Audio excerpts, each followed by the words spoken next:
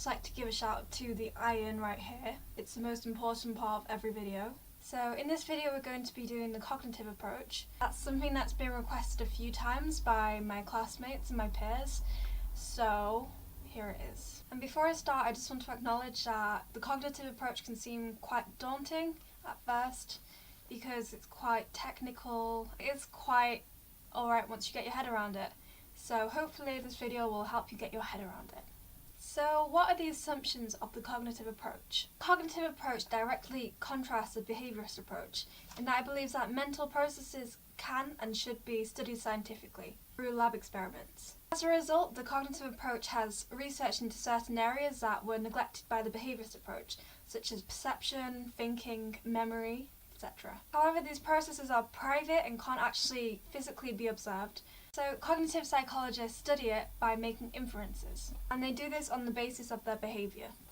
Cognitive psychologists believe that the mind works a bit like a computer. So it has input from the senses, from the outside world, and then the information is processed and it leads to such things as memory and language. However, cognitive psychologists are similar to behaviourists in that they prefer controlled scientific and objective settings to study behaviour. So one strand of cognitive research includes case studies of people with brain damage. So comparing their performance on mental tasks with uninjured people can help cognitive psychologists find out which parts of the brain are working at what times to do which tasks. An example of inference would be if a woman is scared of wasps. We can infer that this woman retrieved information from her processor which told her to have a fear of wasps. Another big part of the cognitive approach is the role of schema. So schema are your mental frameworks, basically, your expectations, your beliefs. And schema is developed through experience and helps us to respond accordingly to a situation. As you can imagine, as we get older, we have more experiences, so our schema becomes more detailed and we get more schema. And also schema allows us to process a lot of information from the environment quite quickly, so it acts as a sort of shortcut so that we're not overwhelmed by our environment. If you recall me saying earlier that the cognitive approach uses a computer analogy to say that the human mind works a bit like a computer, well, right now we're going to go into a bit more detail with that.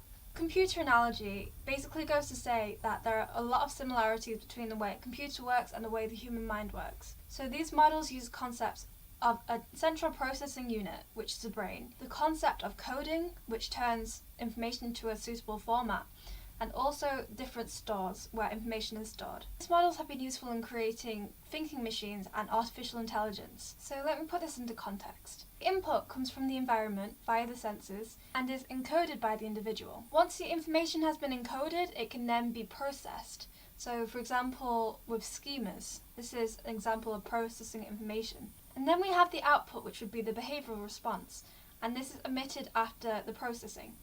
So let me tell you a little story right now. Say we have a man in a supermarket.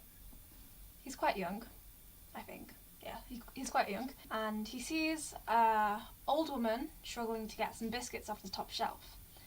So the input would be him seeing the woman struggling to get the biscuits. The processing would be him understanding this, and he's seen from past experience that when someone is struggling, you should help them. So then that output, after the processing has taken place and the young man has realised that he needs to help, the output would be the actual response. So does he go and help or does he turn a blind eye? Well, in this case, he helps. So he goes and gets the biscuits off the top shelf for the woman.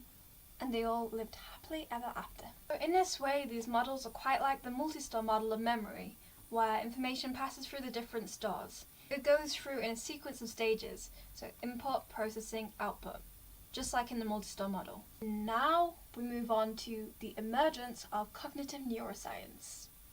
Fancy.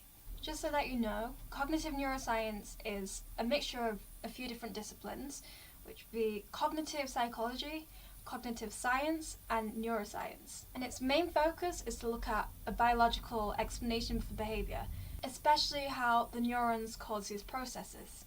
So as early as the 1860s, Paul Broca had actually discovered that impairment to a language centre in the brain which was later named the Broca's area after Broca. This could actually permanently impair speech production.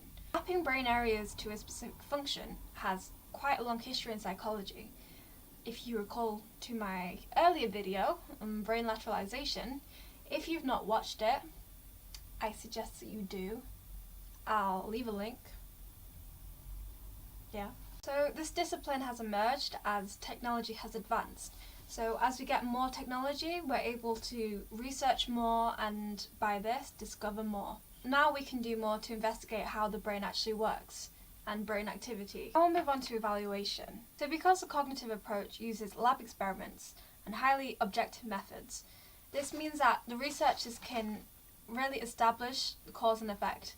So they can be sure that it's the IV affecting the DV, which obviously increases the validity of the findings. And in addition to this, the emergence of cognitive neuroscience has enabled us to bridge the gap between biology and cognitive psychology. And this has helped the study of the mind to gain scientific credibility. The approach actually describes a lot of useful processes in the mind, and this has been used for treatments.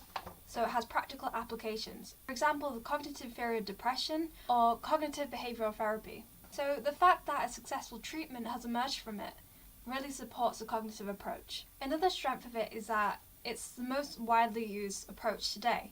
So it has a lot of standing, it has a lot of status in today's world, and it's been applied to a wide range of theoretical and practical contexts. For example, cognitive psychology has made huge contributions to the development of artificial intelligence and thinking machines, basically robots. However, the cognitive approach has been strongly accused of machine reductionism, which is basically reducing the mind to be like a computer. It completely ignores the role of human emotion and motivation on the cognitive system and how this may affect the way we behave. Although there can be similarities between a computer and the mind, it's just reductionist to say that it's just down to that one factor and nothing else comes into play. And another weakness is that although the lab setting can help to establish the cause and effect relationship, it's also extremely artificial. So the participants could be showing demand characteristics. The researcher might already want to know what they want to find before they go and research it, so they're already looking for what they want to find, which will obviously distort the results. And also the actual tasks that are used. So for example, memorizing lists of words. In a lab setting that's acceptable, but we can't really say that we do that on a daily basis in real life. So it's quite an artificial task. So there's low mundane realism or ecological validity. So that's basically all you need to know for the cognitive approach. I don't think it's too difficult, but if you do think so and you do have any questions, just leave in the comments and I'll get back to you straight away if I can.